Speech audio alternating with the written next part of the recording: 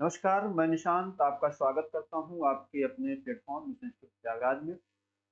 हम लोग जैसा कि आप जानते हैं कि परिचर्चा कर रहे हैं जो एसएससी पेपर अपना करवा रही है, उसमें किस प्रकार के प्रश्न पूछे जा रहे हैं, हूबहू उन प्रश्नों को लेते हैं उसके बाद परिचर्चा करते हैं। तो आज हम चौथे चरण में हैं, है ना? चलिए देखते हैं इसमें किस प्रकार के प्रश्न हमने लिए हैं और किस प्रकार के प्रश्न आपके लिए उपयोगी सिद्ध हो सकते हैं, उस पे देखते हैं। चलिए, पहला प्रश्न हमने लिया हुआ है वर्तनी। अब ऐसे प्रश्न आ रहे हैं तो इसलिए आप सतर्क रहें। आज के जो प्रश्न हैं जैसे हम सबको कवर कर रहे हैं, एक दिन 1 से 2 घंटे की वीडियो बना देंगे आपकी जो है संज्ञा से अव्यय तक खत्म कर देंगे, वहां से प्रश्न आने शुरू हो गए हैं। कैसे आज जो मैं प्रश्न ले रहा हूँ उसमें लिया हो तो उसको समझिए कैसे वो आ रहा है, तो उसमें बहुत डिफिकल्टीज आ रही है, मतलब 1-2 प्रश्न में, बाकी 18 तो नॉर्मली आ रहे हैं। देखिए, वर्तनी के दृष्टि से सूत्र छाटिए ए बी सी और डी। आप लोग तब तक लाइक कर लीजिए, शेयर कर लीजिए, है ना? अधिक से अधिक लोगों को जोड़ लीजिए। अब इतना है कि हम लोग इस पर काम करेंगे, आगे बढ़ेंगे। अभिराम, अभिराम, अभिरम, अभिराम, बताओ भैया इसमें क्या सही है? इसका जवाब दें आप लोग, इसमें क्या सही है मेरे भाई? होता क्या है, जैसे राम तो आप जानते हैं, राम अभिराम होता है, क्या होता है मेरे भाई? अभिराम। ऑप्शन डी इसका क्या है? सही है। ठीक है, चलिए साहब आगे बढ़ते हैं। सौमित्र, भैया सौमित्र शब्द में से किसका समानार्थी है? सौमित्र जैसे हम लोग रामायण देखते हैं ना, लक्ष्मण अर्जुन राम भीम। देखो भैया, देखो कौशल्यानंदन, एक शब्द है कौशल्यानंदन। आपको पता है नंदन जो है ये पुत्र का पर्यायवाची होता है। नंदन मतलब इसका समानार्थी होता है ना। कौशल्यानंदन किसको कहा जाता है? राम जी को कहा जाता है, प्रभु श्री राम जी को कहा जाता है। तो आपका ऑप्शन गलत हो गया। ये इनको भीम को कहा जाता है कौंतेय। क्या कहा जाता है? कौंतेय कहा जाता है भीम को। ठीक है। अब जैसे अर्जुन है तो अर्जुन, जैसे इनको कौंतेय कहा जाता है, अर्जुन को गांडीवधारी कहा जाता है ना? या कभी कभी जब ये भीम ऑप्शन है तो इनको भी अर्जुन ही कहा जाता है, अर्जुन को भी कौंतेय ही कहा जाता है। बात समझ आ गई? मतलब कुंती के पुत्र। तो भैया जब ए बी सी डी गलत हो गए तो बचा क्या? लक्ष्मण। सौमित्र जो है वो लक्ष्मण जी का है, मतलब सुमित्रा के पुत्र। ठीक है, ये सब आगे बढ़ते हैं। कठिन कार्य में सफलता प्राप्त करना, इस वाक्य के लिए उचित मुहावरा चुनिए। ये देखिए, हम लोग अभी तक ये पढ़े हैं कि मुहावरे का अर्थ हमसे पूछा जा रहा था। अब क्या है, एग्जाम में आपको ये अर्थ दिए जा रहे हैं, आपसे मुहावरा पूछ रहा है। गढ़ जीत लेना, छक्के छुड़ाना, जान हथेली पर रखना, गंगा नहाना। बताइए भैया इसका क्या सही होगा, इसका क्या जवाब देंगे? इसका क्या आप जवाब देने वाले हैं? गढ़ जीत लेना, छक्के छुड़ाना, जान हथेली पर रखना, गंगा नहाना। बताओ भैया। देखिए, गंगा नहाना मतलब होता है जैसे हम लोग कहें कि हम भैया गंगा नहा लिए हैं, मतलब अपना काम मेरा सिद्ध हो गया, गंगा नहा लिए हैं। जान हथेली पर रखना मतलब हम आपको बताएं कि मरने के लिए हमेशा क्या, तैयार रहना। छक्के छुड़ाना, छक्के छुड़ाना मतलब होता है किसी को बुरी तरह पराजित करना। तो आपके बी गलत हो गए, सी गलत हो गए, डी। ऑप्शन ए आपका क्या होता है मेरे भाई? सही होता है गढ़ जीत लेना। नहीं कहते हैं कि जैसे ये चर्चा रहती है, जैसे मान लीजिए चुनाव आया तो अभी मैनपुरी वाली जो सीट या रामपुर की जो सीट थी, तो रामपुर में जो भाजपा जीत गई, तो अब भाजपा वालों ने क्या कहा, मतलब हमने रामपुर के गढ़ पर परचम लहरा दिया। तो ऐसे प्रश्न आते, तो इसको आप बहुत लाइटली लीजिए। मैंने आपसे कहा था जो आपके जीवन में घटनाएं घटित होंगी, जीडी वाले वही से प्रश्न उठाते हैं, है ना? तो बस वही चीजें हो रही हैं। ठीक, चलिए साहब इसका ए सही हो गया।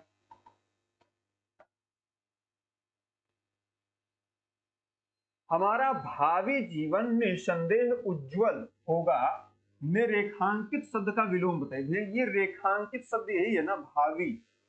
बहुत आप लोग सुनते हैं, जैसे अभी ये वर्तमान का जो दौर चल रहा है, निकाय चुनाव है ना, इसमें बहुत सारे आपको लिख जाएंगे भावी पार्षद प्रत्याशी, जैसे लिखा रहता है भावी पार्षद प्रत्याशी, भावी पार्षद प्रत्याशी। तो भैया जब भावी पार्षद प्रत्याशी की बात होती है, मतलब ये होता है भविष्य में जब भी चुनाव होगा तो हम उसमें पार्षद के प्रत्याशी होंगे, है ना? अब आपको पता है कि भविष्य, भविष्य का जो विलोम होता है वो होता है भूत। भविष्य का विलोम वर्तमान मत कर देना, भविष्य का विलोम हमेशा क्या होता है, भूतकाल होता है। पूर्व का विलोम भैया क्या होता है, पश्चिम होता है ना। भविष्य का हमने बता ही दिया, भविष्य का भूत होता है, भूतकाल आते हैं तो आप वर्तमान कर सकते हैं। तो भैया ये गलत हो गया, ये गलत हो गया, ये गलत हो गया, तो क्या होगा, भावी का, अतीत मतलब क्या, पिछला, है ना, पिछला। बात समझ आ गई। चलिए साहब अगला लेते हैं। वाक्यों में रिक्त स्थान को पूर्ति किए गए विकल्प से करें। जौ खग हो तो बसेर करो, मिल कालिंदी कूल, रिक्त स्थान के डारन, नीम पात कदम्ब छांव। आपने पढ़ा हुआ है, ये आपके 10th में है ना, ये आपके 10th में है। जो खग तो बसेर करो, मिल कालिंदी कूल, कदम किसके डारन भैया, यहाँ पे कदम्ब के डारन। कदम्ब एक फूल होता है, एक पेड़ होता है, कदम का पेड़, है ना। तो आप उसका कदम के डारन मतलब कदम का जो वृक्ष है उसकी डाल पर। बात समझ में आ गई। चलिए सब आगे बढ़ते हैं। अगला है मेरे भाई, निम्न में से अनुपयुक्त समानार्थी जोड़ा पहचानिए। हम लोग आज तक क्या पढ़ते हैं, पर्यायवाची पर, ये भी पर्यायवाची ही है, ऐसा नहीं कुछ अलग है। यहाँ पे क्या लिखा है मेरे भाई, हम लिखे हैं अनुपयुक्त। इस प्रकार के प्रश्न भी आना शुरू हो गए हैं, आएंगे धीरे धीरे आएंगे। ऐसा देखिए, आपसे अगर ये पूछे पर्यायवाची कितने पूछे, आप बताएंगे 2 से 3, लेकिन पर्यायवाची का रूप ये वाला है, ये आप, है ना। इसीलिए जब हमारे साथ का कोई या हमारे परिचित में कोई आता है तो उसको कहते हैं भैया ये सब भी आप ध्यान दीजिए, थोड़ा सा हमको बता दोगे तो हम जो हमारे साथ जुड़े हुए लोग उनका बड़ा कुछ कर पाएंगे, है ना। तो भैया देखो, पहला ऑप्शन है बादल नीर, दूसरा ऑप्शन है केस बाल, तीसरा ऑप्शन है द्रव्य वित्त और चौथा ऑप्शन है केला और कदरी। अनुपयुक्त पहचानना भैया, अनुपयुक्त पहचानना, बताइए इसका क्या होगा। इसका जवाब आप दें भैया। केला का कदली होता ही है, केस का बाल होता ही है, द्रव्य है, बादल है। बताओ भैया बादल का क्या होगा, जैसे हम लोग बादल नीर, संबंध तो वही है, लेकिन द्रव्य और वित्त इनका कोई संबंध है, ये द्रव्य है, ये वित्त है, संबंध जाहिर सी बात है ना। लेकिन बादल बादल होता है और नीर मतलब होता है जल। तो भैया इसका राइट आंसर क्या हो जाएगा, ये हो जाएगा। बात आगे समझ में, चलिए तो आगे बढ़ते हैं। फिर क्या लिखा है, उत्साह वास्तव में रिक्त स्थान की मिली जुली अनुभूति है। भैया उत्साह है, हम लोग बेसिकली जो हम पढ़ते लिखते रहते हैं तो इसमें ऑप्शन आपको क्या है, अनुभूति है। शुक्ल जी के इस कथन को पूरा कीजिए, ये आपके एग्जाम का ही प्रश्न है, ठीक है। और एक बात और, जब मैं ये प्रश्न सुना, जिसे उत्साह वास्तव में, इतनी बात मैं सुना तो मैं गूगल किया उस पर, तो मुझे देखा तो पता लगा ये यूपीएसआई का भी प्रश्न आया हुआ है। बाद में पता लगा कि ये यूपीएसआई का भी प्रश्न है ना। तो समझिए, कर्म और फल, फल और कर्म, कर्म और मन, मन और कर्म। बताओ भैया आप क्या, देखिए बेसिकली अगर आप रिक्त स्थान इस प्रकार से आपसे पूछे गए तो आप एक काम करिएगा, आप अपने दैनिक जीवन में उसको रखिएगा। जैसे अभी मैं इसको बताऊं, उत्साह वास्तव में हम कहें फल और कर्म, ये पहले कर्म आप करते हैं कि पहले फल करते हैं, ये गलत हो गया। कर्म और मन, कर्म और मन से कोई संबंध, कर्म और मन से कोई होता ही नहीं, मन और कर्म बिल्कुल गलत है। क्या होता है, कर्म और फल। उत्साह कब आता है आपको, जैसे आप पढ़ रहे हैं और आपका सिलेक्शन हो जाए, आप पढ़ रहे हो और आपका सिलेक्शन हो जाए, तो आपने क्या किया, पहले तो कर्म किया, बाद में आपको फल मिला। तो उत्साह किस चीज का, वास्तव में किसकी मिली जुली अनुभूति है, कर्म और फल की मिली जुली अनुभूति। बात समझ में आ गई। मन का कोई योगदान आपके उत्साह में होता नहीं। जैसे आपका मन करे हम नहीं सोएंगे, तब वो आप सो जाते हैं, सो जाते हैं। लेकिन अगर आपको फल की चिंता होती है, जब आपको लगता है हमको समीक्षा अधिकारी बनना, हमको सेलेक्ट होना है, हमको पीसीएस बनना है, तो आप कर्म करते हैं। जब कर्म और फल दोनों मिल जाते हैं तो उत्साह की अनुभूति होती है। ठीक है मेरे भाई, ऑप्शन है सही है। चलिए साहब आगे बढ़ते हैं। हाँ भैया, निम्नलिखित वाक्यों में कौन सा वाक्य शुद्ध है? न्यायालय ने उसको निर्दोष बनाया। दूसरा है निरपराधी को दंड देना उचित नहीं है। तीसरा ऑप्शन, न्यायालय ने उसको अपराधी लगाया। और चौथा ऑप्शन, न्यायालय ने उसको निर्दोषी ठहराया। बताओ भैया, निर्दोषी ठहराया, इसका क्या जवाब आप देंगे? देखिए, जो लोग ए जवाब देंगे बिल्कुल गलत है, और जो लोग सी जवाब देंगे बिल्कुल गलत है ना। इसमें देखिए, निरपराधी को दंड देना उचित नहीं है, ये वाक्य बिल्कुल सही है, तो आपका ऑप्शन बी पहले से हो गया। न्यायालय ने उसको निर्दोष ठहराया। निर्दोष ठहराया जाता है, अगर यहाँ पे निर्दोष बनाने की बात है तो बनाया, न्यायालय बनाता नहीं, न्यायालय ठहराता है। आप देखते होंगे न्यायालय का निर्णय हमेशा सैल बी में आता है। जैसे अगर कभी कोई सरकार के विपक्ष या पक्ष भी होता है, कहता सैल बी, मतलब सर आपको ऐसा करना चाहिए, है ना। तो उस प्रकार से निर्दोषी ठहराया, बात समझ में आ गई। डी ऑप्शन, इसमें बी और डी जो दोनों लग जाते हैं वो सही है। ऐसे कई प्रश्न में इसमें दो ऑप्शन सही है, क्यों? इसलिए ये है ताकि आपको दोनों आप चीजें बता दें। अब ये ना हो कि साहब ये अलग अलग बताना पड़े, आपको अलग प्रश्न बनाना पड़े, ठीक है। दूर के ढोल सुहावने लगना, जैसे हम लोग कहते हैं ना कि आजकल आपको दूर के ढोल सुहावने लगते हैं, तो भैया बताओ, ढोल की ध्वनि दूर से ही अच्छी सुनाई पड़ती है। दूसरा, अनदेखी वस्तु भाना। तीसरा है कानों सुनी बात पर विश्वास करना। और चौथा है पर निंदा अच्छी लगना। बताओ भैया क्या होता है इसका? आपने बहुत सुना होगा दूर के ढोल सुहावने। जवाब दें इसका, दूर के ढोल सुहावने मतलब क्या? तो दूर के ढोल सुहावने मतलब क्या? जिसको आपने कभी नहीं देखा है वो आपको अच्छी लगने लगे, मतलब दूर के ढोल सुहावने, है ना। पता लगा फेसबुक पे देख के सब हो जाए तो वो गलत हो जाता है ना, फिर बाद में साइबर क्राइम देखना बढ़ रहा है इसको लेकर के, ठीक।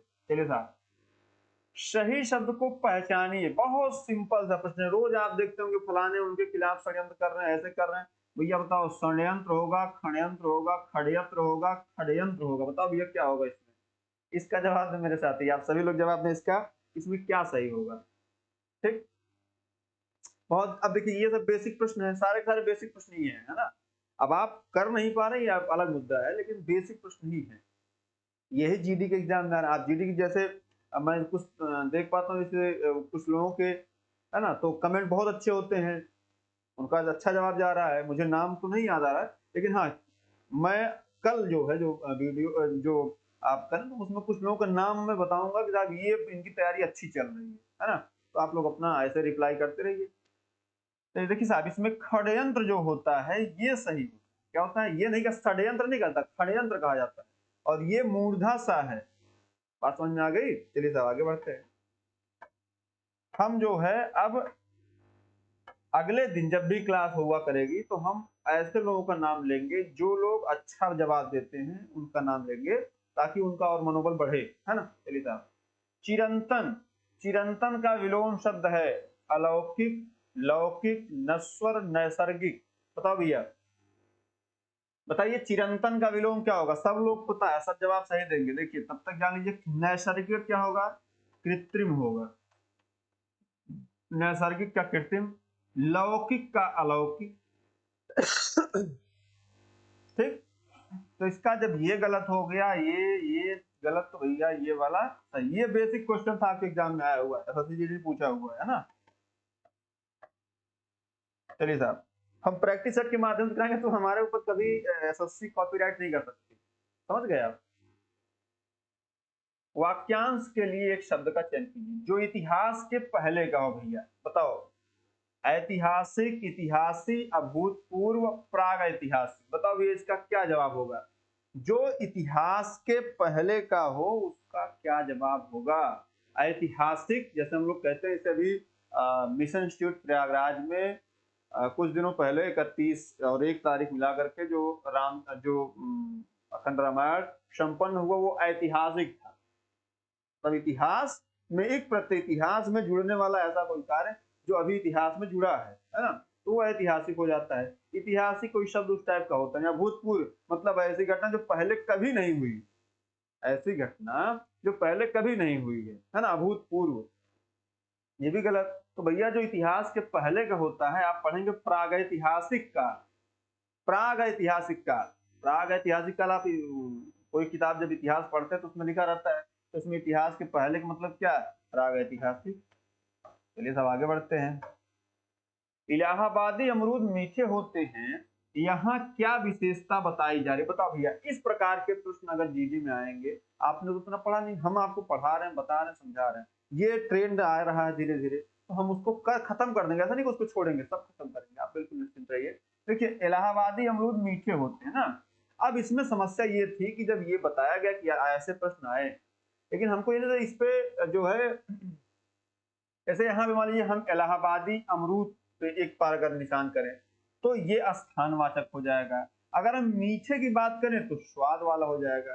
तो इसमें अगर कभी आपको जैसे पता, हम एक बताऊं आपको कि जब भी आपको लगा ये नीचे रेखांकित किया रहेगा ना, तो हम इसको मान लेते हैं इलाहाबादी अमरूद को उन्होंने रेखांकित किया है, और ये क्या होगा मेरे भाई, ये हो जाएगा स्थान।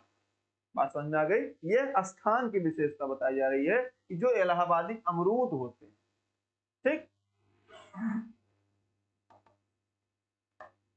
चलिए साहब,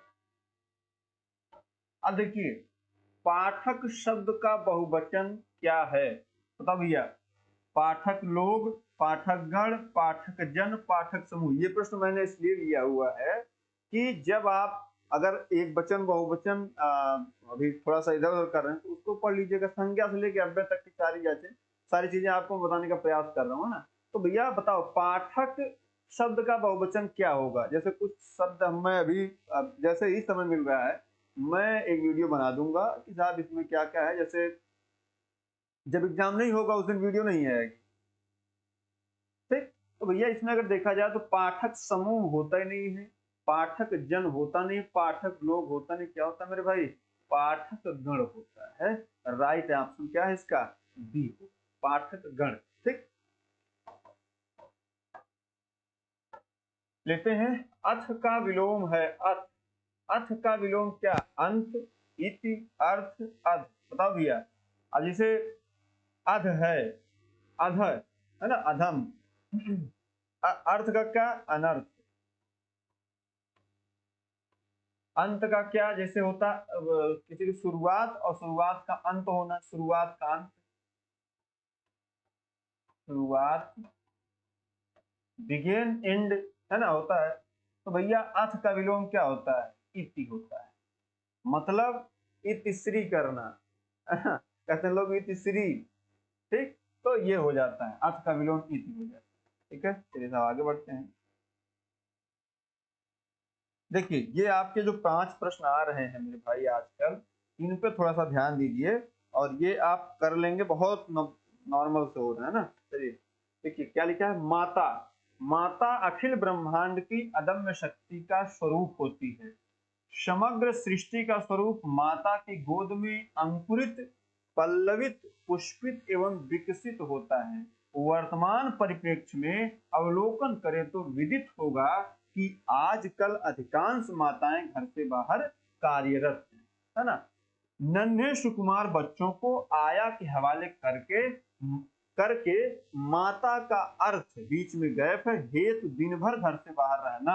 अब यही रहना, अब देखिए किसके लिए, पलायन, संचयन, उपार्जन या वैभव। अगर कोई माँ कार्य कर रही है तो वो बाहर किस लिए कार्य कर रही है, पलायन कर रही है, संचयन कर रही है, उपार्जन कर रही है, वैभव कर रही है।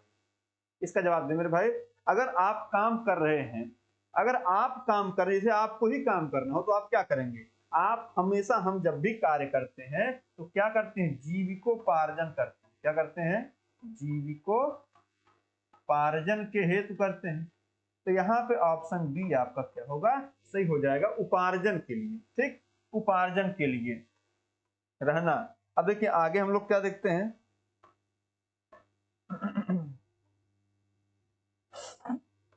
देखिए साहब, उपार्जन दिन भर घर से बाहर रहना, मातृत्व के दायित्व, बोध, ज्ञान या शोध, मातृत्व के स्थान पर एक प्रश्न चिन्ह अंकित करता है। भैया क्या, मातृत्व के दायित्व पर कि ज्ञान पर कि शोध पर या बोध पर, इसका जवाब दे मेरे भाई। इसका जवाब सभी दें कि किसके ये कर रहा है। देखिए हम या आप, जैसे मुझे दायित्व मिला आपको पढ़ाने का, समझाने का, बताने का, तो अगर हम अपने स्थान पर दूसरे को बता दें कि भैया तुम जाओ, तो हम अपने दायित्वों के निर्वहन से तो मुक्त हो गए, लेकिन एक प्रश्न चिन्ह किस पर खड़ा हो गया? आपके ऊपर, जिन्होंने ऐसा किया। तो किसके दायित्व के ऊपर क्या हो गया? प्रश्न चिन्ह खड़ा हो गया। बस ऐसे ही एग्जाम में ऐसे ही आ रहे हैं आपके, तो बस आपको हल्का सा अपना माइंडसेट करना है, आपको सारी चीजें आ रही। ठीक है, चलिए साहब आगे बढ़ते हैं।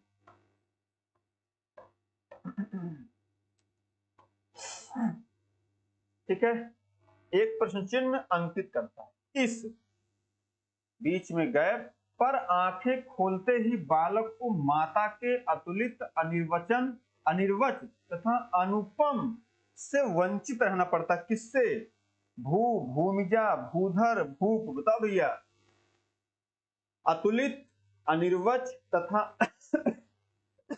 अनुपम, भू, भूधर, भूप, भूमिजा। बताओ भैया इसमें क्या हो जाएगा? देखिए, भूमिजा मतलब क्या होता है भैया? भूमिजा जो होता है, भूमिजा हम लोग कहते हैं ना कि भूमिजा, तो भैया देखिए पर्यायवाची हम आप अभी लास्ट में पर्यायवाची थोड़ा सा बताएंगे आपको, हम कैसे कैसे और थोड़ा सा याद करा दें आपको। तो भैया जो माता का अतुलित, अनिर्वच या अनुपम भू है, जो पृथ्वी है, माँ रूपी पृथ्वी, माँ की गोद रूपी जो पृथ्वी है, उससे बच्चा वंचित रह जा रहा है। क्या रह जा रहा है? वंचित रह जा रहा है। भैया भूमिजा आया है ना, अभी हम भूमिजा, अर्कजा, शैलजा सबका बता रहे हैं। बस ये प्रश्न खत्म होने दीजिए, उसके बाद हम आपको कुछ 3-4 बता दें। ठीक है, चलिए सब आगे बढ़ते हैं। आपको सारे पर्यायवाची हम बता देंगे। ठीक है, पर्यायवाची थोड़ा सा आ रहे हैं, जब इस टाइप के आएंगे तो आप कर ले जाएंगे। से वंचित रहना पड़ता है। ठीक भैया, माता के एक मिनट,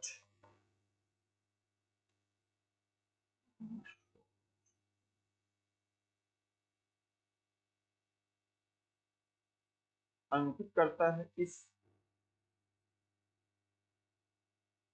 ठीक, ये 19 नंबर माता के अनुपम, सॉरी एक मिनट मेरे भाई, एक मिनट, ये अनुपम प्रश्न अंकित करता है इस इस इस इस भू, भूमिजा, भूधर, भूप, हम इसमें करना है ना मेरे भाई। इस भू पर आंखें खोलते ही माता के अतुलित हो गया, ये भू हो गया ना। चलिए आगे बढ़ते हैं,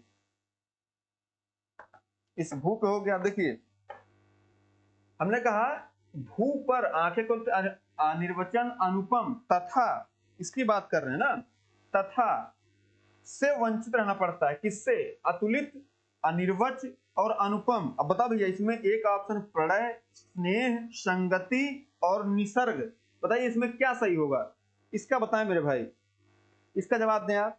जो हमें माँ होती है वो हमें क्या करती? प्रणय करती है, संगति करती है, स्नेह करती है, निसर्ग करती है। जाहिर सी बात है, आप सभी जवाब दे रहे हैं तो सही है। हमें माँ क्या करती है? स्नेह करती है। प्रणय गीत हम प्रेमी जो होते हैं वो अपने बीच में गाते हैं। संगति हमारी किसी के साथ हो सकती है ना। चलिए सब आगे बढ़ते हैं। मिसअंडरस्टैंडिंग हो गई थी मेरे भाई, ठीक है, ये गलती आप मत करिएगा। स्नेह से वंचित रहना पड़ता है। माता के अमृत तुल्य दुग्ध पान के लिए शिशु को डिब्बे आदि का नकली दूध पीना पड़ता है। तो भैया दुग्ध पान के लिए क्या? पिपासु, विशाल, आतुर, जिज्ञासु। बताओ भैया, अगर हमको दुग्ध पान, जैसे अगर शिशु को दुग्ध पान करवाना है तो हम क्या करते हैं? विशाल शिशु को, जिज्ञासु शिशु, दुग्ध पान के लिए जिज्ञासु, आतुर से पिपासु, मतलब ऐसा शिशु जिसे दुग्ध पीने की इच्छा है। पिपासु ने बताया था ना, दुग्ध पीने की इच्छा रखने वाला। पिपासा, दुग्ध पीने की इच्छा। यहाँ पे पिपासा मतलब इच्छा ही होता है। चलिए साहब, ये इतना हो गया। अब आप बता दें कि आपने कितना सही किया है ना, आपने सही कितना किया। अब कुछ हम थोड़ा सा और आपको लिखवा रहे हैं। देखिए जैसे हमने आपको बताया शैलजा, तब तक आप जवाब देते जाइए। आपका सही 2 ही 3 लोग जवाब देते हो यार, है ना, थोड़ा सा और जवाब दे दिया करो। अर्कजा, अर्कजा, फिर उसके बाद अभी एक शब्द आया था भूमिजा, फिर एक और आएगा आपका उर्मिजा, उर्मिजा, है ना भैया, ये हो गया। शैलजा मतलब, शैल मतलब क्या होता है? अगर केवल शैल देखा जाए मेरे भाई, शैल, तो शैल मतलब होता है पर्वत। और पर्वत की जो पुत्री, जैसे पर्वत पर रहते कौन है? शंकर भगवान रहते हैं, है ना, शंकर भगवान रहते हैं। शंकर भगवान की वाइफ कौन, मतलब पत्नी कौन है? पार्वती जी हैं। तो शैलजा मतलब पर्वत की जो पुत्री है, पर्वत की पुत्री, पर्वत की पुत्री। भैया पर्वत की पुत्री कौन है? पार्वती। कौन है? पार्वती है। अर्कजा, अर्क किसका पर्यायवाची है? सूर्य का। अर्क किसका पर्यायवाची है? सूर्य का है। भूमिजा, उर्मिजा, जैसे अर्कजा, अर्क मतलब सूर्य होता है, हमने आपको बताया है ना। तो सूर्य की पुत्री कौन है? सूर्य की पुत्री आपकी यमुना है। भूमिजा, ऐसी जो भूमि में से जन्म ली हो और भूमि में चली गई, कौन इसका ऐसे कौन है? तो ऐसी आपकी है माता सीता। आपने देखा होगा कि जब रामायण अंत में एकदम देखा होंगे आप, तो रामायण के अंत में ये होता है कि जब ये लांछन लगता है सीता जी के ऊपर, तो वो भूमि में समा जाती है, धरती फट जाए और वो आ जाए, तो उनकी माता उनको बुलाती है, लोग रोते हैं, उनकी माँ उनको बुलाती है और वो चली जाती है, तो इसीलिए भूमिजा होती है। उर्मिजा ये लक्ष्मी जी के लिए कहा जाता है। क्या? लक्ष्मी जी थी। आप कितने पर्यायवाची हो जा रहे हैं मेरे भाई। तो आपका साथ ऐसे ही बना रहे। आप लोग अपना जो है अमूल्य समय निकालते हैं, पढ़ते हैं, लिखते हैं।